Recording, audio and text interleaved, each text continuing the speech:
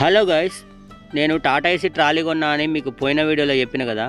ఈ Tata AC trolley అయితే బాగా ఖరాబ్ ఉంది. 2013 మోడల్ కదా, దీనికి అన్ని రిపేర్లే ఉన్నాయి. అందుకనే దీనికి సర్వీసింగ్ చేపిద్దాం, రిపేరింగ్ చేపిద్దాం అని గ్యారేజ్కి అయితే పట్టుకొచ్చిన. ఫస్ట్ అయితే దీనికి ఇంజన్ ఆయిల్, గేర్ ఆయిల్ అయితే చెక్ చేపించిన.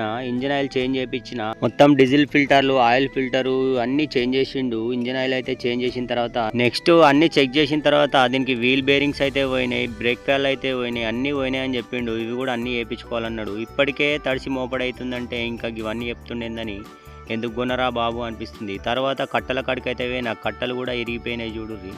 ఈ కట్టలు వేపించిన, కట్టలకు ఒక 4,500 అయినాయి. తర్వాత దీనికి ఎలక్ట్రికల్ ప్రాబ్లం కూడా ఉండే. ఇంకా ఇండికేటర్లు, లైట్లు, బ్రేక్ లైట్లు ఎవి వస్తలేవు. అవన్నీ వేయించుకొని వీల్ అలైన్మెంట్ కాడికి అయితే తీసుకుపోయినా. ఇక వీల్ అలైన్మెంట్ మొత్తం రిపేర్లు అన్నీ అయిపోయిన తర్వాత రాత్రి 10:30 వరకు అయితే ఇంటికి పోయినా. పొద్దున 8 గంటలకు వచ్చినోని రాత్రి 10:30 అయింది ఇంటికి పోయేసరికి. దీనికి ఖర్చు కూడా 10,000 దాకా వచ్చింది.